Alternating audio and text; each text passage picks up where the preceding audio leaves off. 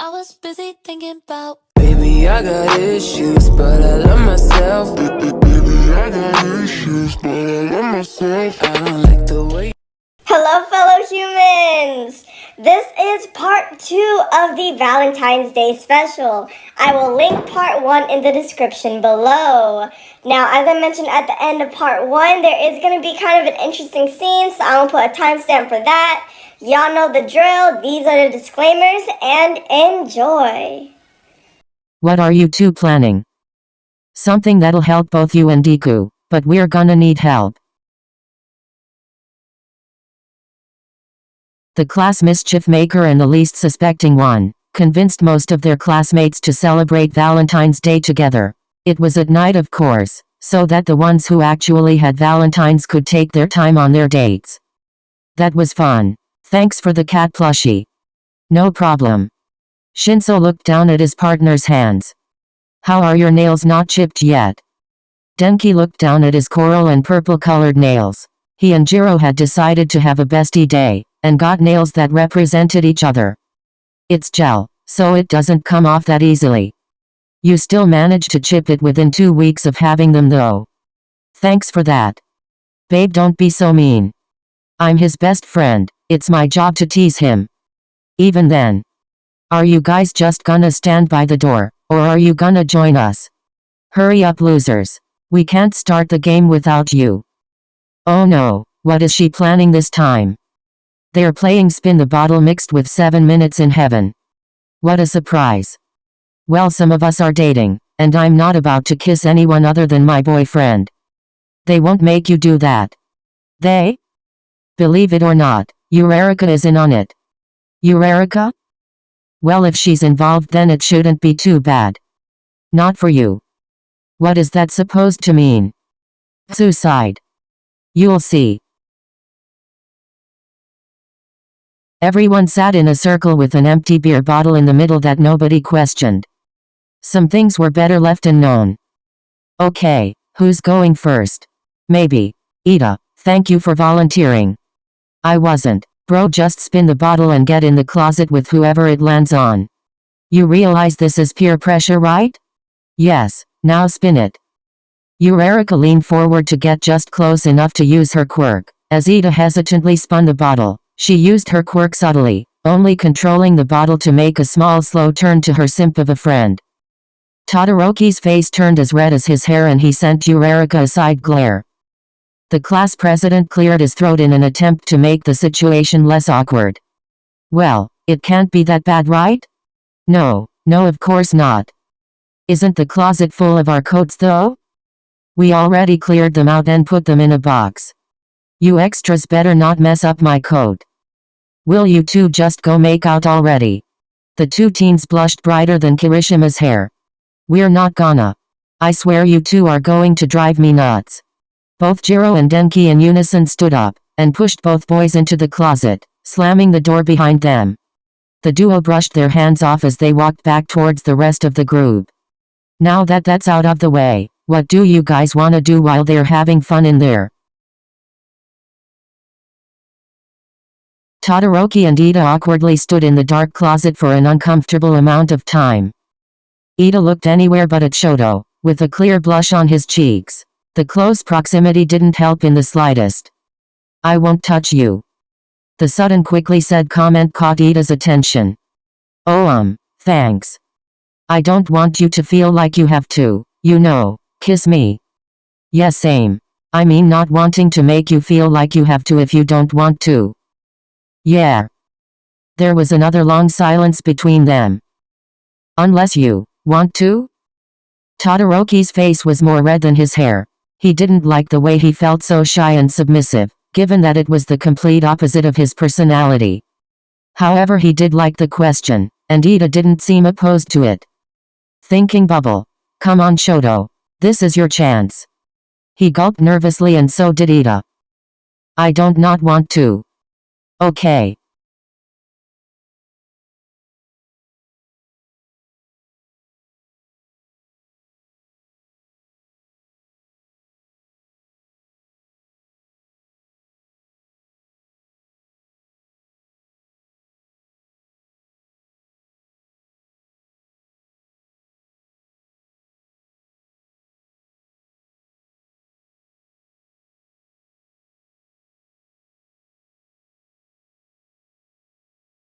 Shoto was about to say his first name, when they were blinded by the light of the door opening.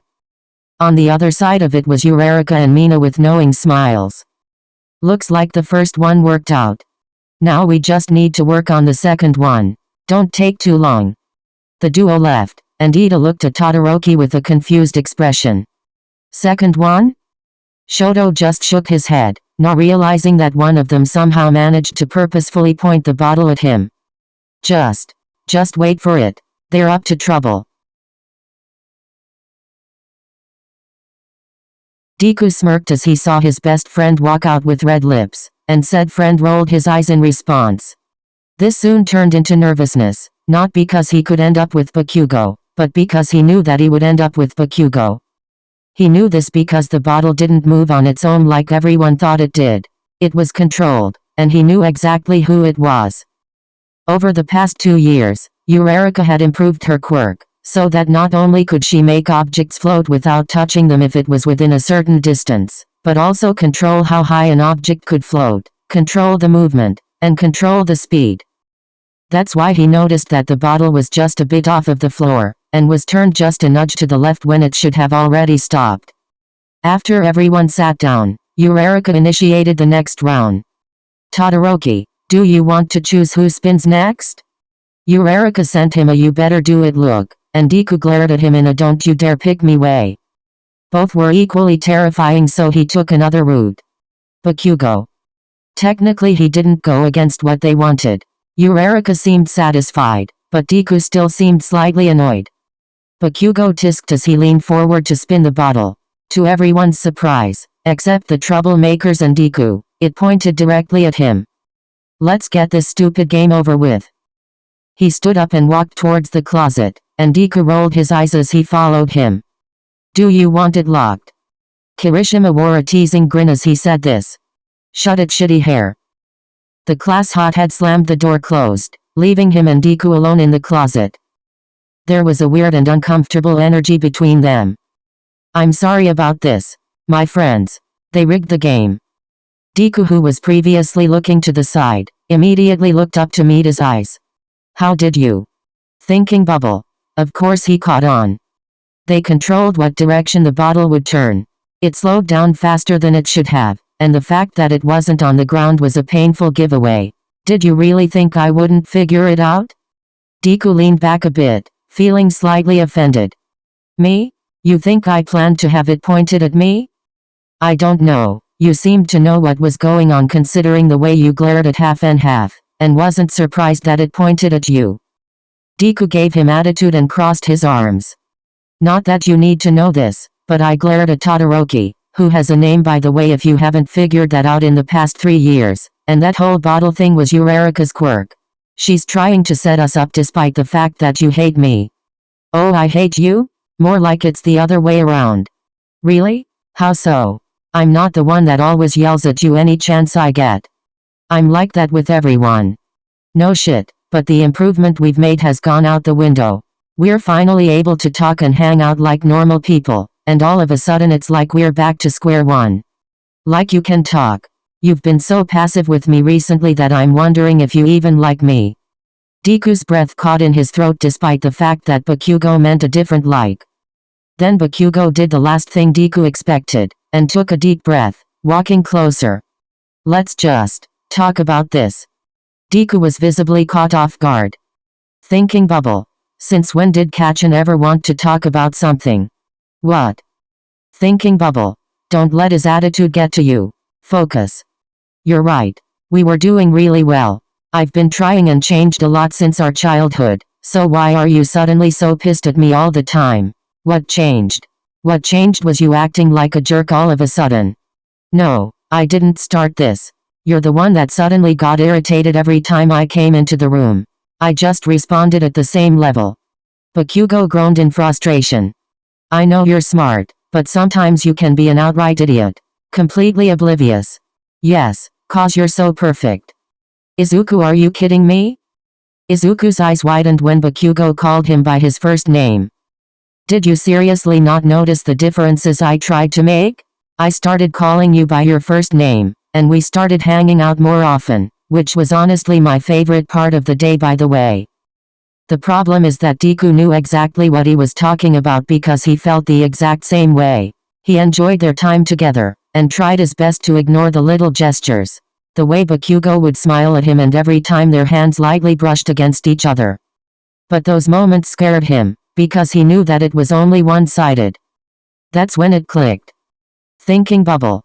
I was so scared of getting too close to him that I pushed you away. Yeah, you did, and I hated every second of it. I thought I was starting to act like a jerk again, but the more I thought about it, the more I realized that I saw myself in you. Izuku unconsciously walked closer to the other teen. Kachan, what are you trying to tell me? Bakugo groaned again and gave up, letting his irritation take over in the form of aggressively grabbing Izuku's shirt and brought them very close together. Because I like you. Okay?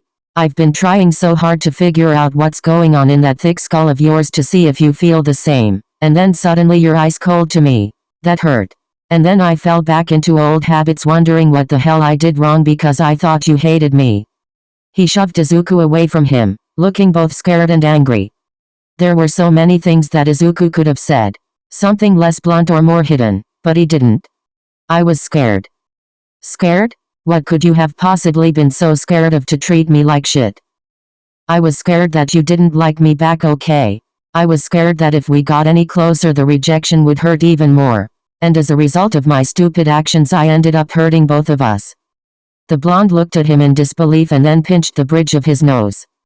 So what you're telling me is that you started freezing up on me because you thought I didn't like you, and I've been acting like an ass and confused cause I thought you didn't like me back? Izuku hesitated before answering. Yeah. Bakugo was speechless, still in disbelief. Wow. So this whole time. This entire time we thought we hated each other when actually we both like each other. That, you like me too? Yeah. The blonde dragged his hand down his face, clearly frustrated and conflicted. I don't know whether to be relieved or irritated. There was a silence between them, but it wasn't uncomfortable. So what now? Bakugo let out a small laugh. Well, it's too late for me to ask you to be my Valentine, so that's out the window. Wait, what? Izuku could see the blush on Bakugo's cheeks despite the dark. When I went into your room a few days ago, it wasn't to ask about our moms. I was going to, You were gonna ask me to be your Valentine? He sighed and nodded. Meanwhile Izuku was trying to contain a teasing smirk. You could have done that without breaking into my room. Would you have opened it if I knocked? Fair point. Deku gulped, suddenly feeling nervous. Do you still want to? Bakugo's eyes locked on his. What? Deku reached up to gently grab the side of Bakugo's neck, and pulled him down. He spoke in a low tone with his lips only an inch from his ear. Do you want to be my Valentine? Deku could feel Kachan's heart rate speed up, as said teen pulled back just far enough so that their eyes could meet. The day is almost done. That doesn't mean we can't do Valentine's Day things. For the first time in what felt like forever, his Kachan laughed. That is the corniest thing you've ever said. And this is probably the worst confession I've ever heard of. Their eyes locked on each other's lips and their breaths went shallow. So, what's your answer?